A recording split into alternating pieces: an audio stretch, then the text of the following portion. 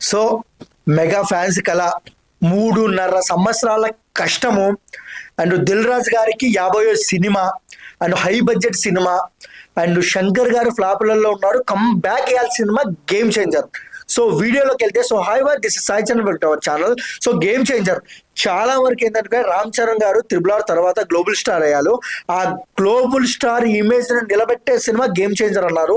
అంటే గ్లోబల్ లెవెల్లో అంటే గిన్నిస్ బుక్ రికార్డుకు ఎక్కిన సినిమా మన గేమ్ చేంజర్ అనుకోవచ్చు. ఎందుకంటే చాలా మంది ఫ్యాన్స్ ఒక రకంగా కట్అవుట్లు పెడితే గేమ్ చేంజర్ అనే సినిమాకు రికార్డులు షేక్ అయ్యే విధంగా, అంటే గిన్నీస్ బుక్ లో ఎక్కే విధంగా అయితే తన ఫ్యాన్స్ తనకు విజయవాడలో అయితే కట్అవుట్ అయితే పెట్టారు.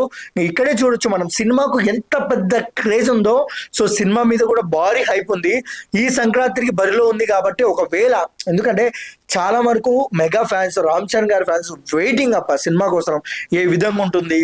చాలా రోజులు అయిపోతుంది చరణ్ అన్నని చూసి, చూడాలి, ఎంజాయ్ చేయాలి, సంక్రాంతి పండుగ మనం థియేటర్లో చేసుకోవాలి అన్న సందర్భంలో అయితే మన మెగా ఫ్యాన్స్ అయితే ఉన్నారని తెలుస్తుంది.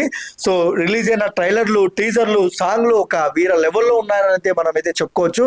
సో ఎన్ని ట్రైలర్లు, ఎన్ని సాంగ్లు చేసిన థియేటర్లో చరణ్ బాబుని చూస్తుంటే దానికి వచ్చి కిక్కే వేరప్ప అనేది కొంతమంది ఫ్యాన్స్ అయితే అంటున్నారు.